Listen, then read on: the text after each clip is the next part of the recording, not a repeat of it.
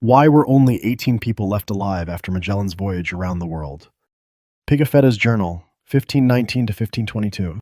Part 1. Pigafetta, the survivor who told the story of a voyage that almost vanished. Welcome to tonight's story. If you are lying down, getting ready to sleep, you do not need to remember every ship name, every island name, or every date in this voyage. This story can be heard like a faraway sound of waves, slow, steady, and opening one layer at a time. Tonight, we follow someone who was not the most famous captain of the voyage. He was not Ferdinand Magellan, the man who began the expedition and led the fleet through the strait to the west. He was not Juan Sebastian Elcano, the man who brought the Victoria back to Spain and completed the first circumnavigation of the earth. The person we follow tonight is Antonio Pigafetta. Pigafetta was an Italian scholar and traveler from Vicenza, who joined Magellan's expedition as an observer, a learner, and a recorder. During 3 years at sea, he did not only see the ocean, he saw a world being connected again by new sea routes, and he wrote down what he saw: food, water, sickness, language, rituals, exchange, violence, fear, death, and even small details that might have dissolved into seawater if he had not written them down. This is something worth making clear from the beginning. Pigafetta was not the only survivor of the voyage. When the Victoria returned to Spain in 1522, 18 men had completed the full journey around the world on that ship. Others from the expedition also survived by more complicated paths, returning later or being held in other places. But in historical memory, Pigafetta is special because he left behind the longest, most detailed, and most vivid account of the voyage. Without Pigafetta, the story of the Magellan-Elcano expedition would still exist through other documents, such as the navigational log of Francisco Albo, administrative records, and later testimonies, but it would lose much of its human breath. We could know where the ships went, on which day, and in what direction, but it would be harder to feel the smell of ship biscuit turned to powder, the taste of yellow spoiled water, the fear of swollen gums caused by deficiency, or the confusion of Europeans stepping for the first time into island societies of the Pacific. So the central question tonight is not only who first sailed around the earth. The deeper question is, how could a voyage that almost swallowed its own participants still be told at all? And why did the account of an Italian scholar, sailing with a Spanish fleet commanded by a Portuguese man, become one of the most important windows through which we can look at that great and brutal crossing? The voyage began with 5 ships and a little more than 200 people. It ended with 1 small ship, 18 weakened and 6 survivors, and a hold full of spices, enough to prove that the original commercial goal had not been a complete failure. But between those 2 images lay a distance so long that the very idea of the world changed. Placed on a timeline, the journey lasted almost exactly 3 years. They left Spain in September 1519, wintered in Patagonia in 1520, passed through the Strait of Magellan at the end of November 1520, reached the Philippines in early 1521, saw Magellan die at Mactan on April 27th, 1521, reached the Spice Islands late in 1521, and then the Victoria returned to Spain on September 6th, 1522. They left Spain to find a western route to the Spice Islands. They crossed the Atlantic. They wintered in Patagonia, where cold wind and dwindling supplies made people more likely to distrust one another. They faced mutiny. They found a winding strait at the far southern end of South America. They entered an ocean that Magellan called the Pacific, because at that moment it seemed calmer than the waters they had crossed before. But that calm deceived them. For many months, they found no land where they could resupply. They ate dry biscuit that had become powder full of worms. They drank yellow, spoiled water that had sat too long in barrels. They boiled and roasted ox hides that had hardened under sun, rain, and wind. At times, they ate sawdust, rats on board, if they could still be caught, became valuable. Then, after they seemed to have escaped the ocean, they entered a complex island world where trade, diplomacy, religion, and local power were already intertwined. Magellan intervened in a conflict at Mactan and died on the beach. After that, the expedition lost more leaders, lost more men, burned one of its own ships because there were no longer enough sailors to operate it. And finally, only a very small remnant continued westward. This is not a simple adventure story to praise too easily. It is a story about commercial ambition, imperial rivalry, maritime skill, mistakes, hunger, thirst, violence, and the very fragile ability of human beings to survive when placed between seas far wider than the imagination of their age. And now, let the story begin with the simplest question. Why did they set out at all? Part 2. Why did Magellan lead 5 ships in search of the Spice Islands? To understand the voyage of Magellan and Pigafetta, we have to return to the same hunger that pushed many European kingdoms out to sea in the 15th and 16th centuries, the hunger for spices. Spices at that time were not merely things that made food taste better. Pepper, cloves, nutmeg, cinnamon, and many other Eastern aromatics were symbols of money, status, and commercial power. These goods traveled from distant regions of Asia through many layers of merchants, many ports, many sea and land routes, and many taxes before they reached the cities of Europe. Each time they changed hands, the price rose. Whoever could get closer to the source had a chance to grow rich. By the late 15th century, Portugal had taken the lead in the race for sea routes to Asia. After many decades of probing along the coast of Africa, the Portuguese found the route around the Cape of Good Hope into the Indian Ocean. That gave them a major advantage in Eastern trade. Spain wanted another way. After Columbus's voyage in 1492, Europeans gradually realized that the West was not simply a short road to Asia. Large lands lay between. But the idea of finding a passage through or around those lands remained extremely attractive.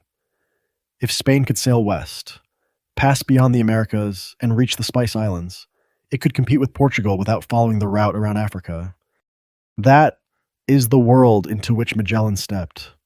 Ferdinand Magellan was born in Portugal and had served in Portuguese operations in the Indian Ocean and Southeast Asia.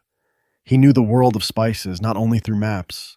He had real experience with the seas, trade, and warfare of Portugal in the East. But after failing to receive the support he wanted from the Portuguese crown, he entered the service of Spain, to the Spanish court. Magellan offered a great promise. He could find a western route to the Spice Islands. This was not only exploration, it was a political and economic gamble. Spain and Portugal had divided spheres of influence on maps through treaties, but the real world did not fit neatly inside lines drawn on paper. The Moluccas, where valuable spices grew, lay in a position that both sides wanted to understand and claim. Magellan believed there was a passage in the south of South America. If he could find it, the fleet could cross into the ocean beyond and then reach Asia from the east. It was an idea both daring and dangerous, because no one in the expedition knew exactly where that passage was, how long it might be, whether it could be crossed, or how wide the sea beyond it would prove to be. One of the things that made this voyage different from Columbus's first voyage was its scale and its goal. Columbus set out with 3 small ships and a mistaken estimate of the distance to Asia. Magellan set out after Europeans had learned more about the existence of lands in the West, but still did not know how to pass beyond them to the other side. His voyage was not meant simply to touch an island. It was meant to find a corridor through an unfinished map. And on that fleet was Pigafetta. Pigafetta was not an ordinary sailor. He was educated, observant, fond of writing things down, and apparently drawn by the chance to see regions that very few Europeans had ever described. He joined not as a commander, but as a special attendant, a supernumerary, a person traveling beyond the ordinary crew list. That matters. A sailor had to pull ropes, stand watch, mend sails, and pump water. Pigafetta also had to live on the ship, endure hunger, sickness, and fear like everyone else. But he gave himself another task, to observe and write. He noticed things that an administrative document might ignore. He recorded how island peoples ate, dressed, exchanged goods, and performed rituals. He recorded native words. He wrote about birds, fish, trees, foods, skin color, tools, and gestures. Of course, he saw the world through the eyes of a European man of the 16th century, with the limits and prejudices of his time, but his attentiveness gave his account its life. From the beginning, the voyage contained a paradox. It was organized to seek profit from spices, but what lasted longest was not only the spices. What lasted was a written record. A memory book written by someone who went through it, survived, and returned to say that the world was wider, more complicated, and far harsher than many Europeans imagined when they looked at a map. Part 3. September 1519, when 5 ships left Spain. In 1519, the expedition prepared to leave Spain with 5 ships: Trinidad, San Antonio, Concepcion, Victoria, and Santiago. Trinidad was Magellan's flagship. San Antonio was one of the largest ships and carried a great deal of food. Concepcion, Victoria, and Santiago completed the fleet. To modernize, these were not enormous ships. They were cramped wooden structures filled with water barrels, cargo, rope, sails, weapons, trade goods, dry provisions, and people, on paper. The fleet carried a little more than 200 men, often estimated at around 270 when all associated personnel are counted. They came from many places: Spain, Portugal, Italy, France, Greece, Germany, and other regions. This was not a single, unified body of men. Their languages differed, their loyalties differed, their experience differed, and their trust in Magellan differed as well. That would become a problem. Magellan was a Portuguese man commanding a fleet in the service of the Spanish crown. Some Spanish officers did not fully trust him. They suspected that a foreigner held too much power over a voyage that might produce immense rewards. Those suspicions did not erupt immediately, but they lay below the surface like hidden rocks.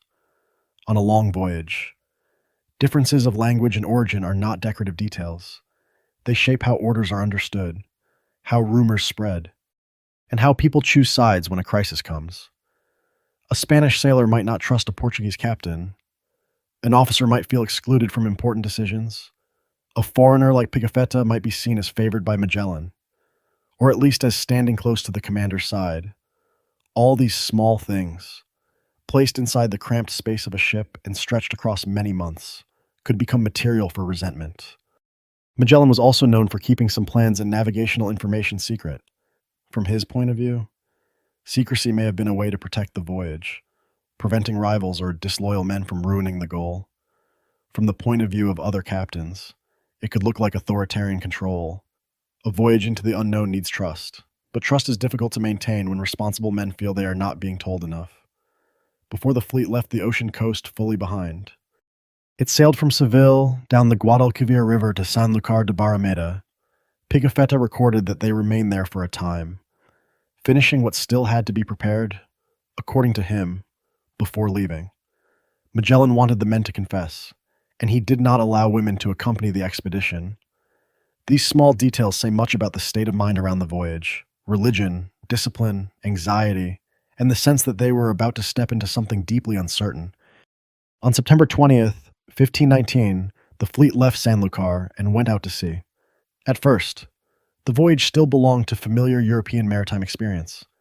They went to the Canary Islands to take on meat, water, and firewood. They prepared like any fleet facing a long passage: water barrels, ship biscuit, salted meat, salted fish, beans, oil, wine, vinegar, rope, timber, pitch, sails, and repair tools. Those things sound dry and ordinary, but at sea they are the line between life and death. From the Canaries, the fleet sailed south across the Atlantic. This was a wide ocean, but it was not yet the most frightening part. The Portuguese and Spanish had more experience in Atlantic routes than in the waters that would wait for them later. They could read winds, clouds, currents, and depend on more familiar stopping points, even early on. However, life on board was not easy. Sleep was makeshift. Sailors slept among cargo, ropes, the smell of salt, the smell of sweat, and the smell of damp wood.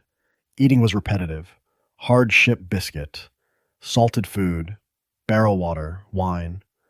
While they were still relatively near land, all this could be endured.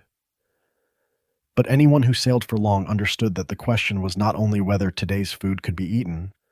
The question was what food would become after 1 month, 2 months, 3 months, what water would begin to smell like, and how long the body could endure it. Pigafetta began observing very early. He was not a logbook writer in the narrow sense of recording only position and wind. He recorded the world with the eye of a storyteller. When the fleet reached Brazil, he described trees, fruits, people, exchanges, landscapes. and the curiosity moving in both directions between Europeans and local inhabitants. But even there, the familiar imbalance of the age was present. Europeans looked at new lands with curiosity, but also with thoughts of possession, conversion, and exploitation. At Rio de Janeiro, the fleet took on supplies. They collected water and food, made repairs, and exchanged small objects for food and local goods. For sailors, days like that were a rare pause. After many days at sea, land always smelled different. Trees, smoke, mud, fresh food, and people who had not been enclosed inside damp wood. But Magellan had not come to remain in Brazil. He was searching for a passage to the south. At the end of December 1519, the fleet left the Rio de Janeiro region and continued down the coast. From this point, the atmosphere of the voyage slowly changed. Warm stopping places became fewer. The waters grew colder, and the question of the strait began to weigh more heavily on every decision. The fleet continued down the coast of South America, moving deeper into regions that were colder, farther, and less familiar. Each day south changed the light, changed the climate, and made the hope of finding the strait feel both closer and more uncertain. In the first months, the goal still sounded clear: find the route to the Spice Islands. But before long, the question on the ships would become something else. How much farther could this group continue before it broke apart from within? Part 4, Patagonia, 1520, winter, hunger, cold, and mutiny. As the fleet sailed south along South America, the world around them gradually became colder and emptier. The tropical coasts of Brazil receded behind them, places where they could trade for food, collect water easily, and meet local people in relatively warm conditions also receded. Ahead were stronger winds, uncertain waters, long shorelines, and few clear signs of the passage Magellan believed existed. The fleet probed along the coast, searching for openings, every bay, every river mouth. Every body of water cutting inland could raise hope. Perhaps this was the way through. But again and again, hope had to be tested against reality. An inlet might be only a river mouth. A broad stretch of water might close inside.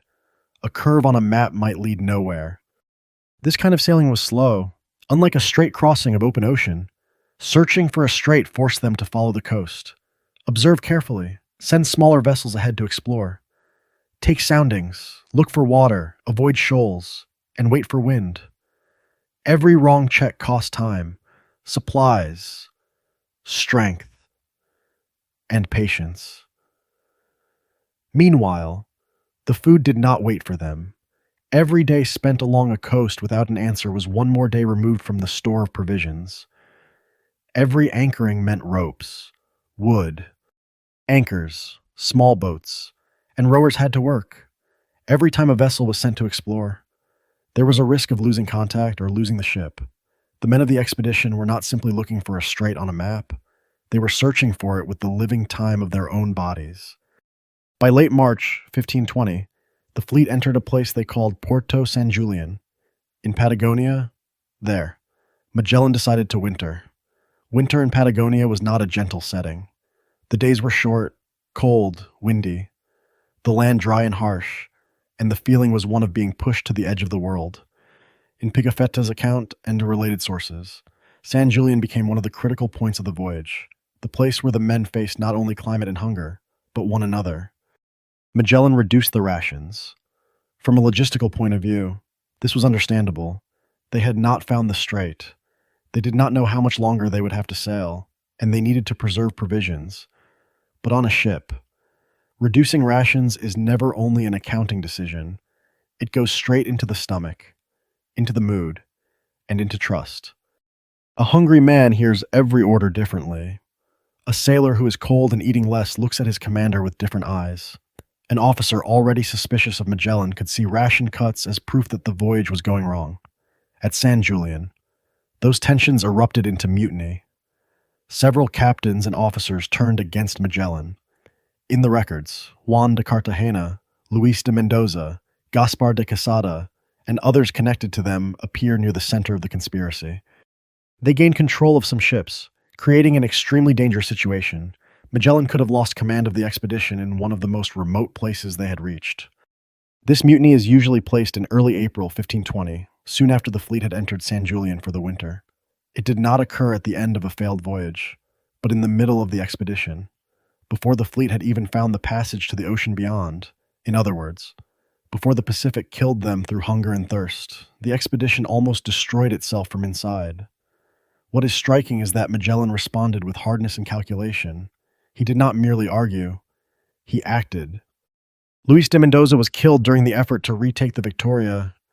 Quesada was executed. Cartagena and a priest were abandoned on the Patagonian coast. This should not be told as a heroic scene. It was an expression of the brutal discipline of 16th century voyages. When a fleet was thousands of miles from the court, power was maintained by wood, steel, rope, oaths, and fear. Pigafetta wrote about these events from Magellan's side, so his account must be read with caution. He admired Magellan and often saw him as the rightful commander, but even if we set Pigafetta's loyalty aside, the basic truth remains clear. The expedition nearly fell apart before it found the strait. During this same period, they also encountered indigenous people in Patagonia. Pigafetta famously described them as giants. That description entered the European imagination for centuries and helped create the myth of the Patagonian giants.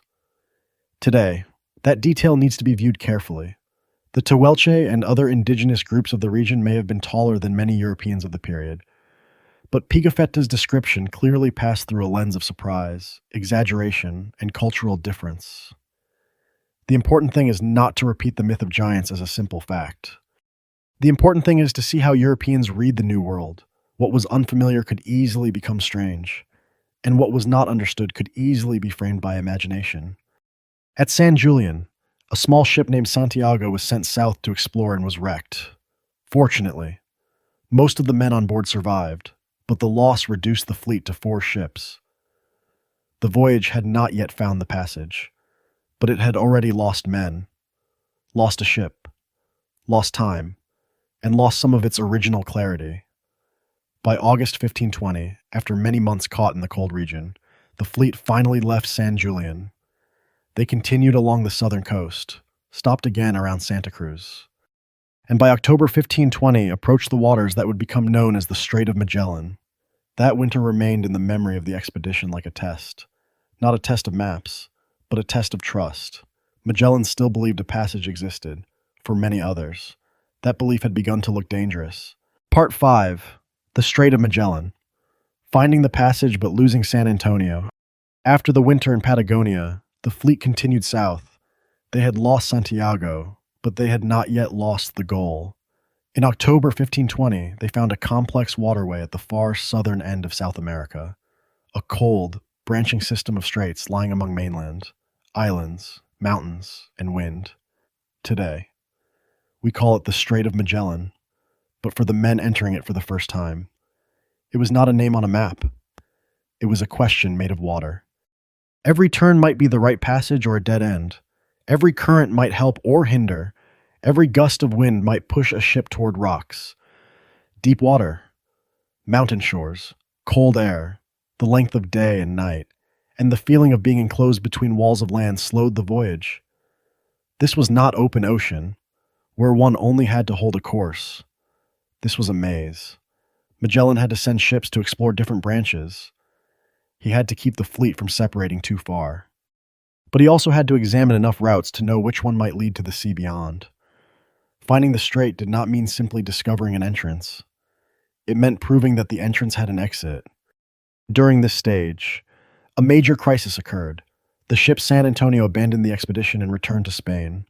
This happened while the fleet was exploring the branches of the strait, around November 1520, for those who remained with Magellan. It was a deep wound. They were close to the way out, but lost one of their most important ships precisely when they needed food and manpower most. It was a serious loss. San Antonio was a large ship and carried many provisions and supplies. When it turned back, the fleet did not only lose men and transport, it lost part of its living support on a long voyage. A ship is not only wood and sail, it is storage, kitchen, sleeping space, repair capacity, and part of the strength of the whole expedition. San Antonio's departure also showed that the crisis of trust had never disappeared. Although Magellan had crushed the mutiny at San Julian, Not everyone was willing to keep moving into the unknown. For some men, turning back may have been betrayal. For them, it may also have seemed like the only way to survive, if we look at it neutrally. We can understand Magellan's anger if he saw the ship's departure as treason, but we can also understand the fear of those who did not want to go deeper. They had endured a long coast, winter, mutiny, shipwreck, cold, hunger, and still had no certainty that a safe road to Asia lay ahead. On November 28, 1520, the remaining ships emerged from the strait and entered an ocean new to them. Magellan gave it the name Pacific, because the water he encountered at that moment seemed calmer than the storms and rough seas before it. The name was beautiful, but for the expedition, it would become one of the greatest ironies of the voyage. A sea can be calm and still kill people. A storm can sink a ship quickly.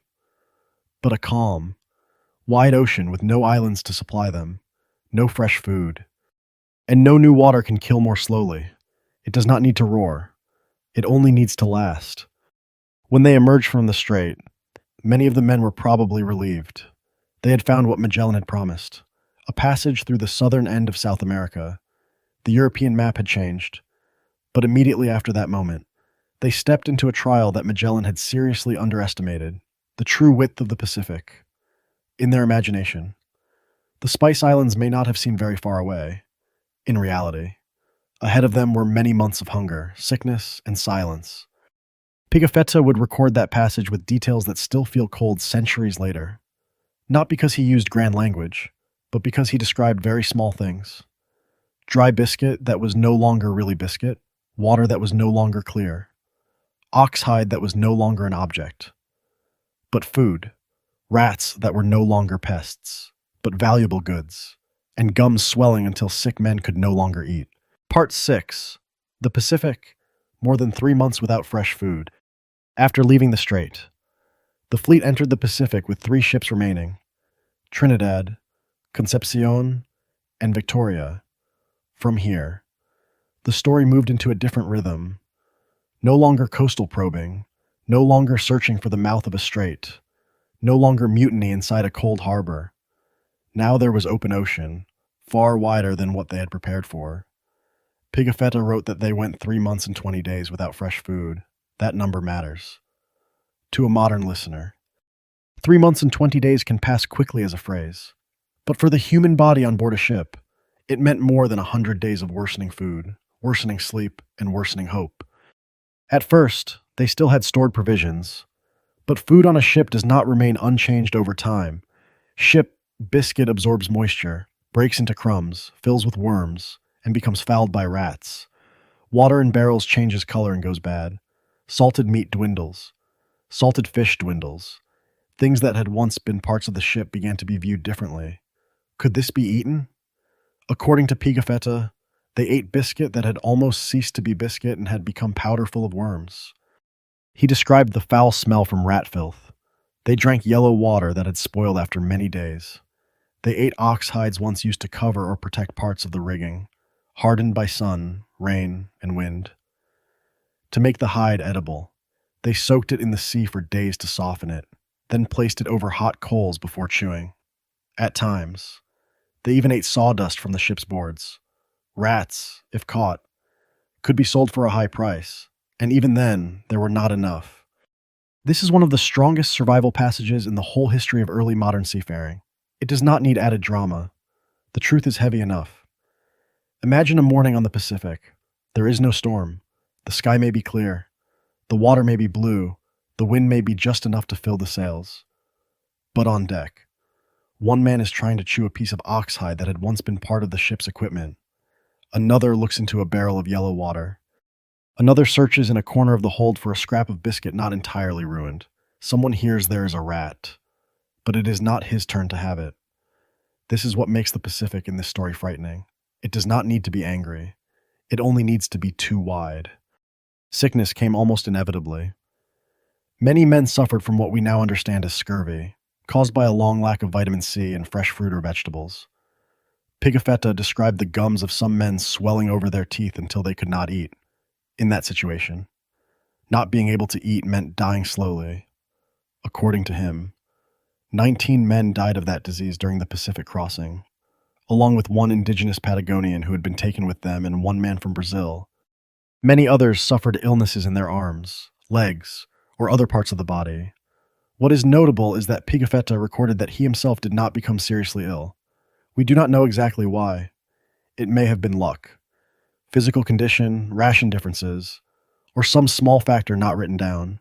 But his survival and memory are part of why the story reaches us at all. In those days, hunger was no longer a simple feeling in the stomach. It became a way of seeing the world. A piece of ox hide was no longer a protective covering. It became a meal. A rat was no longer something to drive away from the hold. It became something people were willing to pay for. A board was not only ship material, its sawdust might enter a human mouth. When life is narrowed that far, the boundary between object and food almost disappears. We should also imagine the helplessness of command in such a situation. On land, when food runs short, people can be sent to search for villages, markets, or fields. On the Pacific, there was nowhere to send anyone. No group could walk ahead. No forest could be hunted. No well could be dug. There was only water. If no island appeared, if no birds suggested land nearby, if no clouds hinted at a shore, the ship had no option but to continue and consume itself little by little. This is why Pigafetta's account of crossing the Pacific is so haunting. It shows that the true limits of the great oceanic voyages did not lie in abstract courage. They lay in vitamins, clean water, fresh food, wooden barrels, rats, ox hide, and the ability to chew when the gums had swollen.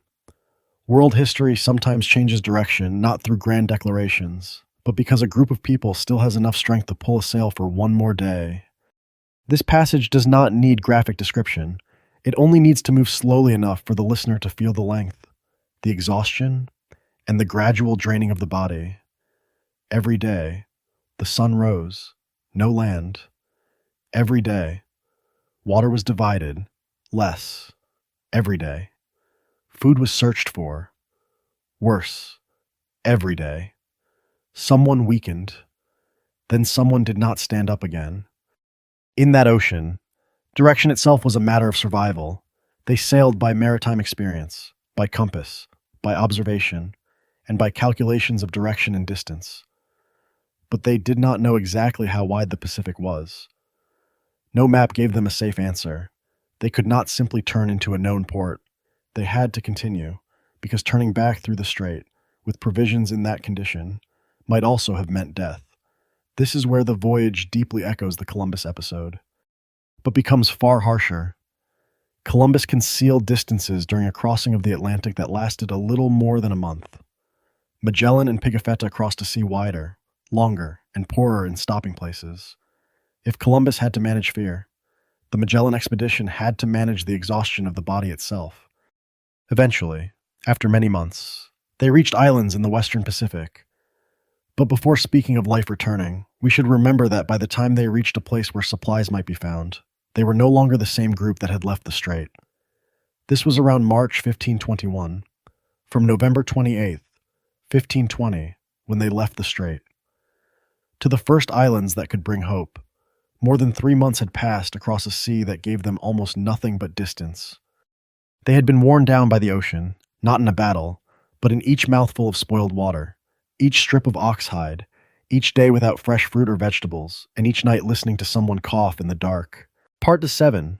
Guam and the Philippines. When land returned but misunderstandings began. After many months on the Pacific, any sign of land could feel like a miracle. But when the fleet reached the first islands in the western Pacific, the story did not simply become a rescue. The survivors were hungry, sick, and tense. Local inhabitants had their own world, their own rules, their own ways of exchange, and they did not exist as a background for a European story. The Magellan fleet reached Guam, in what is now the Mariana Islands, in European sources of the time. They gave the place a judgmental name connected to local people taking things from the ships in a way Europeans saw as theft. But if we look neutrally, we should be careful with that language. First contacts often involved a clash between different systems of understanding property, exchange, and the use of objects. This moment is usually placed in early March 1521. Soon afterward, the fleet continued west and reached the region now known as the Philippines, where the story shifted from survival at sea to diplomacy, conversion, alliance, and local conflict. To Europeans, a small boat, a rope, or a metal object had a clear owner. To island communities, rules of contact and exchange could be different. There is no need to idealize either side.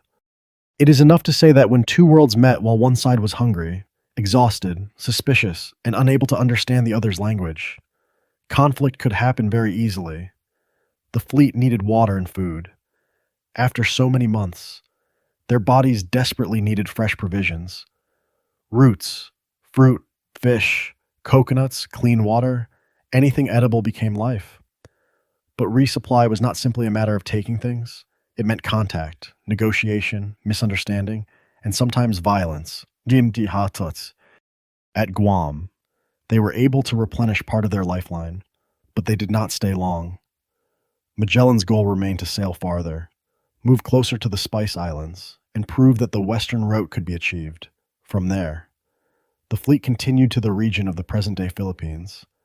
This was a major turning point. After the slow death of the Pacific, they entered a more populated island world, richer in connections, richer in food, and more politically complex. These communities were not isolated. They had trade relationships, local power structures, languages, rituals, alliances, and conflicts of their own. A natural question is, how did they speak to one another? Clearly, Magellan's men could not simply step down onto a strange island and converse fluently with local people as if they shared a language. In reality, communication during first encounters was usually a mixture of many methods: gestures, pointing, facial expressions, objects, gifts, food exchange, and interpreters if one happened to be available. For Magellan's expedition, the most important figure in communication in Southeast Asia was Enrique, Magellan's servant and interpreter. Enrique is often believed to have come from Southeast Asia, perhaps from the Malay world. He had traveled with Magellan before this voyage, when the fleet reached islands in the Philippines. Enrique's language ability helped them communicate far better than gestures and gifts alone could have done. This is an important detail. Europeans did not simply unlock new societies by themselves. They often depended on interpreters, intermediaries, local people, or people who had already been carried through maritime networks before. But even with an interpreter, understanding was not simple. Language can transfer some sentences, but culture does not transfer so easily. A gift might be understood by Europeans as a sign of submission, while local people might understand it as diplomatic exchange. A religious ceremony might be recorded by the Magellan party as conversion, while local leaders might see it as alliance or political action. Taking an object from a ship might be called theft by Europeans, but it might belong to a very different logic of exchange: use, or testing strangers' reactions. So communication in this voyage was not simply a matter of whether words could be spoken. It was a fragile series of experiments: offering a small bell, receiving fish or rice, pointing to a water barrel and being led to water, making gestures of peace while still preparing weapons, being invited to eat, drinking palm wine, exchanging gifts, firing a cannon as a salute, and then realizing that the sound might terrify someone. Every gesture could become a bridge, but it could also become a misunderstanding. Pigafetta observed closely. He wrote about boats, houses, foods, clothing, ornaments, rituals, exchange, and especially language. He had genuine curiosity, though he still carried the European perspective of his time. Thanks to him, we see not only where the European ships went, but also that they entered worlds with histories of their own before they arrived, around Homenhan and nearby islands. The men began to recover somewhat. They could obtain water, food, rest, and contact with local people. After months of deprivation, simple things like fresh fish, rice, fruit, coconut wine, or clean water could change the spirit of the whole expedition. But the return of food did not mean the return of safety. Magellan did not want only to resupply. He wanted to establish relationships, display power, spread Christianity, and draw local rulers into an alliance network with Spain. In an island world with its own politics, that was delicate. A newcomer with unfamiliar weapons and large ships could impress people, but that did not mean he understood the power relations on the ground. This is where the story moves towards Cebu. And from Cebu toward Mactan, it moves from survival into politics. And politics, when misunderstood, can be as dangerous as the sea. Part 8. Cebu. 1521. Alliance, Conversion, and the Illusion of Control. In April 1521, Magellan's expedition reached Cebu. In Pigafetta's account, Cebu appears as a place with organization, leadership, trade, rituals, and the ability to negotiate. It was not empty land. It was an island society within a wider regional network, where local leaders calculated interests, relationships, and power of their own. Magellan met Raja Humabon, the ruler of Cebu. The two sides exchanged, negotiated, gave gifts, displayed power, and tried to understand one another through interpretation.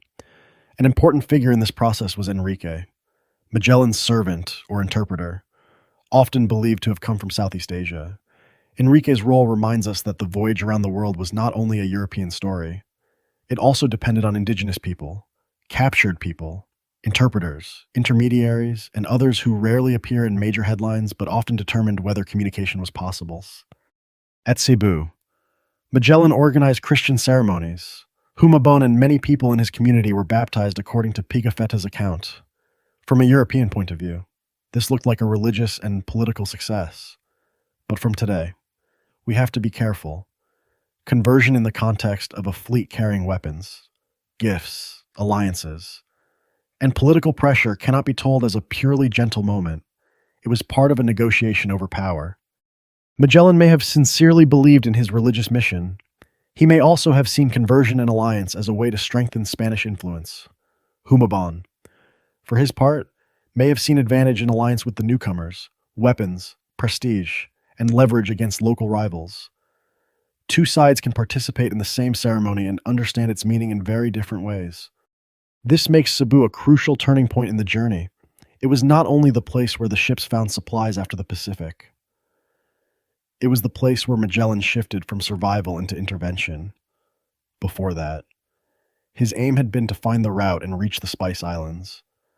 At Cebu, he began to act as if he could rearrange local power relations, using a new alliance, religious symbols, and military force to create influence. That shift changed the story.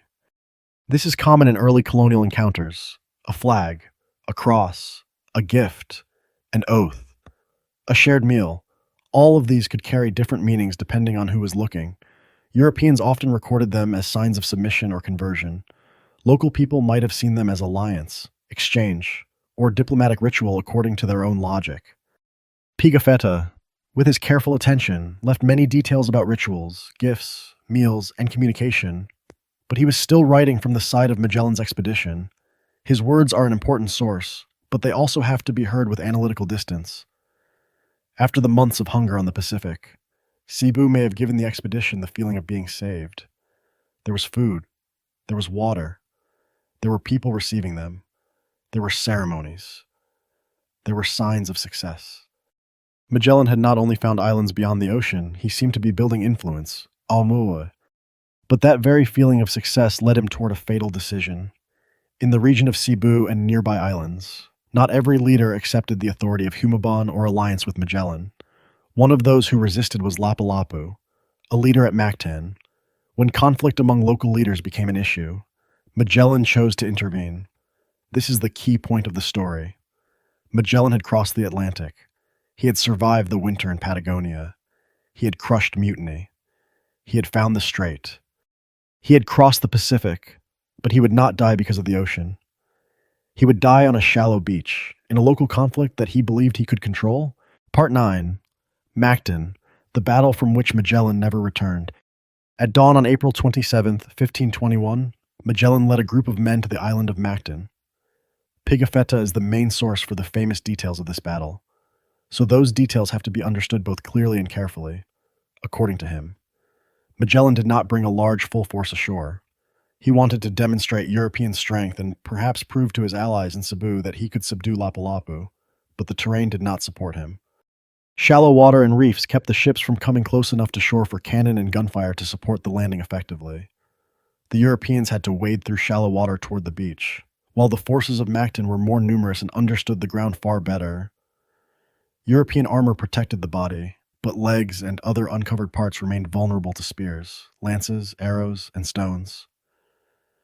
Magellan may have underestimated his opponents. He may have overestimated the effect of European weapons. He certainly stepped into a conflict whose local context he did not understand well enough. The battle stretched out in confusion. Pigafetta described the people of Mactan attacking the vulnerable parts of the Europeans, especially their legs. When Magellan was wounded and could no longer retreat quickly, he became a target. He tried to hold the line so his men could withdraw to the boats, but in the end he was surrounded and killed. Pigafetta, who deeply admired Magellan, used emotional language for him in his account. But here, we need to keep a neutral distance. Magellan's death was a major moment, but not one that should turn him into a romantic martyr. He died during a military intervention in a local conflict, after attempting to use force to make another ruler submit. From the viewpoint of the expedition, it was a disaster. From the viewpoint of Mactan, it was resistance against an outside force trying to impose power. From the viewpoint of history, it is a reminder that European technology and ambition did not automatically become victory. Magellan died before the voyage completed the circumnavigation of the Earth. This is a very important point. Many people say quickly that Magellan was the first person to sail around the world. More accurately, the expedition he began completed the first circumnavigation. Magellan did not. He died in the Philippines in 1521. The man who brought the Victoria back to Spain in 1522 was Juan Sebastian Elcano. Together with the survivors, Pigafetta survived, and because of him, we have one of the most famous descriptions of Magellan's death. But after Mactan, the expedition did not only lose a captain, it lost a center of authority, the man whom many men, whether they loved him or hated him, still saw as the keeper of the goal. An exhausted fleet, short of men and provisions, very far from Spain, now had to continue without the man who had led it through the strait and across the Pacific. Magellan's death did not end the voyage. It made the voyage more dangerous. From that point onward, the question was no longer, how would Magellan reach the Spice Islands? The question became, who still had the ability to lead what remained of the expedition out of this complex island world, to the Moluccas, and then home? Part 10, After Mactan, Losing Leaders, Losing Men, and Burning Concepcion. After Magellan died, the expedition fell into a fragile state. On an ordinary voyage, losing the captain would already be a major event. On this voyage, losing Magellan meant losing the man who had held the secrets, the goal, the discipline, and the will of the expedition through its most dangerous phases. The survivors had to choose new leaders, maintain relations with local rulers, protect the ships, find food, and continue toward the Spice Islands. But the tragedy did not stop at Mactan. At Cebu, after Magellan's death, some men from the expedition were killed during a feast or a meeting with local people, according to European sources. The details vary depending on the source, but the result is clear. The expedition lost more important men, including new leaders. Trust between the Europeans and their local partners broke quickly. Once again, the event has to be viewed carefully. From the European side, it was told as betrayal. From the local side, we have fewer direct sources for fully understanding motives, context, and tensions. What is certain is that relations between the expedition and Cebu were no longer the scene of welcome, ritual, and gift exchange they had seen before. After Mactan, everything changed. The fleet left Cebu with a severe shortage of men. The practical problem was simple. They no longer had enough sailors to operate 3 ships. A ship of that period needed men to steer, pull ropes, adjust sails, pump water, stand watch, make repairs, cook, defend, and anchor. If there were not enough men, a ship did not merely slow the fleet down, it could become a burden that endangered everyone. So near Bohol, they decided to burn Concepcion. They took the best materials and supplies from the ship, transferred them to Trinidad and Victoria, and destroyed it. That image is worth telling slowly. A fleet had left Spain with 5 ships. 1 had been wrecked. 1 had turned back. Now 1 was burned by the expedition itself because there were not enough people left to sail it. Only 2 ships remained, Trinidad and Victoria. Each lost ship meant a loss of survival capacity. But sometimes, under extreme conditions, abandoning something is the only way for what remains to continue. That is the harsh logic of the sea. Something that was once a hope can become a burden when circumstances change. Pigafetta continued to write. He passed through islands and recorded new encounters, meals, rituals involving palm wine, ways of cooking rice, salted fish, porcelain, gold, and relations with local rulers. These details sometimes slow the story, but they are part of Pigafetta's value. He did not record only major events. He recorded what the world looked like to a person moving through it. The fleet passed through Mindanao, Palawan, Brunei, and other regions before reaching the Moluccas. This passage was not only a route, it was a continuous chain of negotiation. Getting water, getting rice, repairing ships, asking directions, exchanging gifts, avoiding conflict, sometimes causing conflict and then leaving again. In the island world of Southeast Asia, Europeans were not the center. They were newcomers who needed food, information, interpreters, and temporary acceptance. They had weapons and unfamiliar goods, but they were also deeply vulnerable. Damaged ships, sick men, short supplies, and ignorance of local conditions made them dependent on networks that had existed long before they arrived. Finally, they reached the Spice Islands, the original commercial goal. The thing that had pulled the whole expedition out to sea appeared at last. But the price had already been enormous. Magellan was dead. Many captains were dead. Many sailors had died from illness, hunger, battle, execution, or shipwreck. And those who were still alive had not yet returned home. Reaching the place they had sought was not the same as surviving to tell the story. Part 11. The Moluccas in late 1521, reaching the spices but not yet home. When the expedition reached the Moluccas in late 1521, it had touched the goal toward which the entire voyage had been directed. The Spice Islands were not merely a place name. For Europeans of the 16th century, they symbolized profit. Cloves and other valuable spices were worth enormous sums in European markets. A ship full of spices could turn a voyage filled with death into a commercial success on paper. But from the viewpoint of the survivors, the Moluccas were not only a warehouse, they were a place where they could rest, repair ships, negotiate, load cargo, and think about the way home. There, the expedition traded with local rulers. They loaded spices onto the ships. They tried to make repairs. But the two remaining ships were not in the same condition. Trinidad, the flagship, was damaged and could not safely depart at once. Victoria, smaller, could sail. So an important decision was made. The two ships would follow two different fates. Trinidad would stay behind for repairs and then try to return by sailing back east across the Pacific toward the Americas. Victoria, under the command of Juan Sebastian Elcano, would sail west, across the Indian Ocean, around the Cape of Good Hope, and back to Spain. This was a quiet but enormous moment. From the beginning, the voyage had aimed to find a westward route to the spices. Now, in order to return, Victoria would continue west.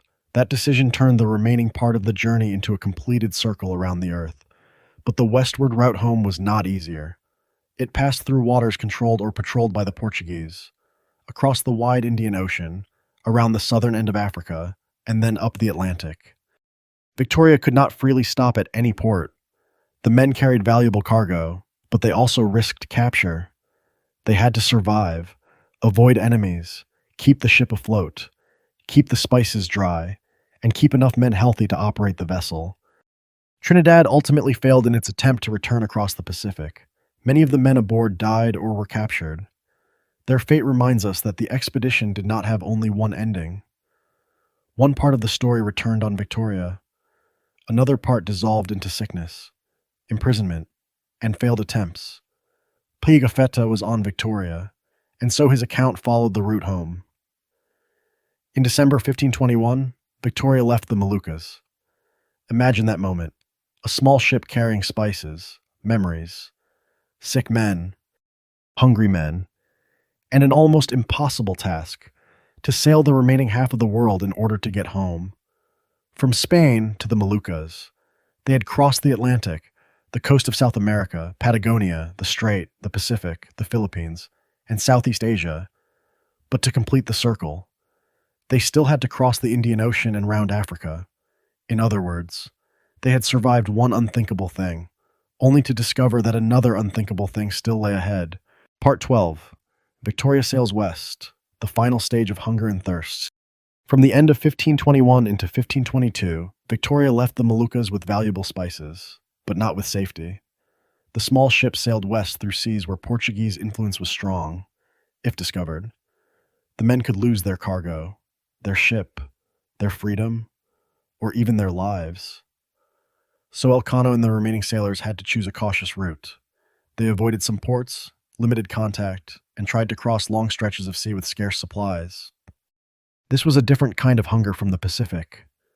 In the Pacific, they had starved because they could not find land. On the way home, they often starved because they did not dare, or could not, stop in places that might have saved them. Victoria crossed the Indian Ocean and then rounded the Cape of Good Hope. The waters around southern Africa were known for their severity.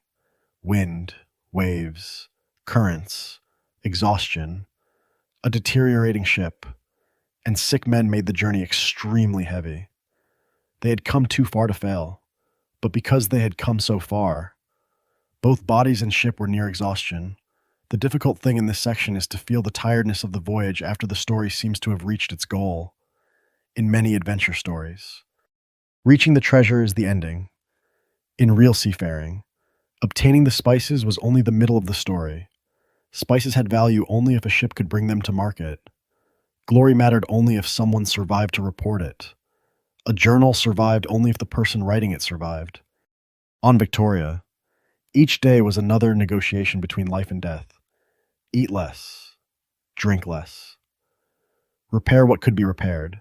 Hold the sails, watch the wind, avoid Portuguese ships, and continue. By July 1522, when they reached Cape Verde, under Portuguese control, the situation was dangerous. They needed food, especially rice, but they could not tell the full truth. If the Portuguese learned that they were the remnant of a Spanish expedition to the Spice Islands, the risk of arrest was great. Here, a famous detail occurred. They discovered a difference in dates. The men on Victoria, having sailed around the world westward, had kept time according to their own journey and realized they were one day out of step with the people at Cape Verde. Pigafetta noted this with surprise. Today, we understand it as the result of traveling around the Earth toward the west, related to what would later be systematized by the International Dateline. But at the time, for the men aboard the ship, it was not only a geography lesson, it was strange evidence that they had truly gone around the world. Imagine that moment on an exhausted ship. The survivors were not standing in an academy, holding a clean globe on a table. They were hungry, afraid of being captured, short of men, and in need of rice. Yet in that situation, a great truth about the earth appeared in a very small way. Their calendar did not match. One day had vanished from their count of time. It was the kind of discovery that can happen only when theory meets the body, when a map meets the calloused hands of people who have actually gone all the way around. Cape Verde, however, also became dangerous. Some men who went ashore to obtain rice were detained by the Portuguese after the truth, or part of the truth, was exposed. Victoria had to leave quickly, abandoning those men in order to save the rest. This was one of the cold moments of the voyage. After 3 years together across the oceans, some were left behind near the very end, not because they were unimportant, but because if the ship stayed, everyone might be captured. The sea did not only force people to choose between life and death, it forced them to choose who might have a chance to live. On September 6th, 1522, Victoria entered the Bay of San Lucar with only 18 men who had completed the full circle. 3 years earlier, the fleet had set out with 5 ships. Now, 1 ship returned. The people aboard were thin and mostly sick, but they carried something unprecedented, practical proof that a ship could sail around the earth. 2 days later, they reached Seville. According to later tradition, the survivors walked barefoot, carrying candles, to a church to give thanks. Whether the ritual details come through several sources or not, the image fits the feeling of the voyage. The men who returned were not merely merchants or sailors collecting wages. They were people who had passed through a closed circle of the world and returned like living shadows. On the ship there were spices, but on their bodies there was another kind of proof: thinness, sickness, and loss. Each man who returned also carried the memory of those who did not. One ship entered port, but behind it were 4 other ships lost from the journey in different ways. Part 13, September 6th, 1522. One ship, 18 people, and one lost day. When Victoria returned to Spain, the image was both great and sorrowful. A small, worn ship carried spices and survivors. Those survivors did not return like clean, legendary figures in paintings. They returned after hunger, sickness, fear, loss, and after witnessing too many others who could not continue. Pigafetta was one of them. He had traveled from Spain across the Atlantic, down the coast of South America, through Patagonia, through the Strait of Magellan, across the Pacific, through the Philippines, the Moluccas, the Indian Ocean, the Cape of Good Hope, Cape Verde, and back to Spain. When he returned, he did not carry only a living body, he carried a written record. The missing day in their account of time was a small detail with large meaning. It showed that the voyage had not only connected regions of the world, it made people recognize the Earth through direct experience. Not through theory in books, not through a globe in a classroom, but through a one-day difference after sailing around the world. For the Spanish crown. The voyage had commercial and political value. The spices on Victoria helped show that despite enormous loss, the voyage had not been a complete economic failure, symbolically. It was even larger. Spain had sponsored the first expedition to complete a circumnavigation of the world. But the naming of this achievement always needs care. Magellan began the expedition and commanded the crucial first part. He found and crossed the strait that bears his name. He led the fleet into the Pacific. But he did not complete the circumnavigation. Elcano commanded Victoria on the return stage and brought the ship back to Spain. Pigafetta recorded the story with a level of detail that allows later generations to feel the voyage. And there were also the 18 survivors on Victoria, along with many others from the expedition whose fates were more complicated. People often submerged beneath the names of commanders. Plus, history likes simple names, but the truth is often a network. Without Magellan, the expedition might not have crossed the strait. Without Elcano, Victoria might not have returned. Without Pigafetta, we might know far less about what human beings endured. Without unnamed sailors pulling ropes, pumping water, mending sails, watching the wind, burying friends at sea, and continuing to work when their bodies were almost spent, there would have been no circumnavigation at all.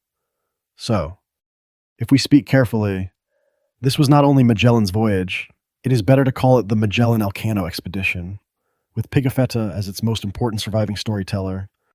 When Pigafetta wrote it down, he did not only tell of victory, he told of a world opening at great cost. He may have admired Magellan, he may have seen indigenous people through a European lens, he may have been wrong, exaggerated, or misunderstood, but he observed and recorded with rare persistence.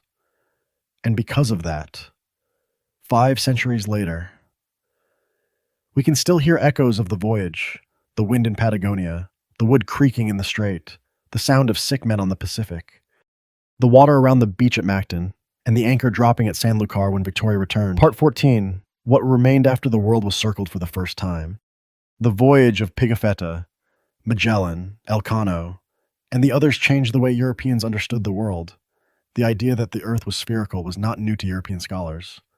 But one thing is to know something in theory. Another thing is to send a ship around it, across oceans, hunger, war, and sickness, and then bring it back to the place of departure. After Victoria, the world did not become physically smaller, but it became something that could be circled. That changed trade, maps, politics, and imagination. Oceans were no longer only the edges of continents. They became connecting routes. Islands were no longer only isolated points. They became links in a global network. Spices, silver, people, diseases, crops, weapons, ideas, and religions began to move on an ever larger scale. But as in the previous episode about Columbus, we have to hold 2 truths at the same time. On one hand, this was an extraordinary maritime achievement. Small wooden ships, with limited navigational tools, crossed waters that Europeans had not fully understood. They found the strait, crossed the Pacific, reached Southeast Asia, and part of the expedition returned by the route around Africa. In maritime terms, it was a major turning point. On the other hand, the voyage belonged to the wider expansion of European power, imperial rivalry, missionary activity, intervention in local politics, and later colonial systems that caused great suffering. It should not be told as a clean story of glory. The indigenous people the expedition encountered were not supporting characters in a European journey. They were communities with lives, power, choices, and memories of their own. Pigafetta helps us see that. Sometimes even when he did not intend to, because he recorded details. We can see what local people ate, wore, how they traveled by boat, received guests, exchanged goods, and fought. Even though his words carry the limits of his time, his record gives us more than a route on a map. It shows us a world meeting itself, not gently, not equally, not simply. And at the center of that world is the human body, hungry, thirsty, sick, afraid, ambitious, trusting, suspicious, praying, and continuing to move. If you are listening to this story before sleep, you do not need to keep every date. You might keep only one image, a small ship named Victoria entering the harbor of San Lucar, worn sails, tired wood, spices in the hold, 18 survivors on deck, and somewhere among them, Antonio Pigafetta, the man who had passed through nearly the whole circle of the world and still had enough strength to tell the story. The voyage began as a gamble in search of spices. It ended as proof that the earth could be circled by sea. But what remains with us is not only the circle drawn on the map. What remains is the cost of that circle. The people who did not return, the ships that were lost, the lands drawn into imperial ambition, the encounters in which neither side fully understood the other, and a journal, written by a survivor, reminding us that history is not only where people managed to go, but also what they endured, what they caused, and what they remembered along the way. In the next journey, we may go to another story from the age of oceanic voyages, where records, ambition, and survival continue to meet on the widening map of the world. Tonight, let Victoria drift slowly into harbor. Let the sound of the anchor rope fade into the water. Let Pigafetta close the final page. And if you are already feeling sleepy, let the story stop here. Sleep well.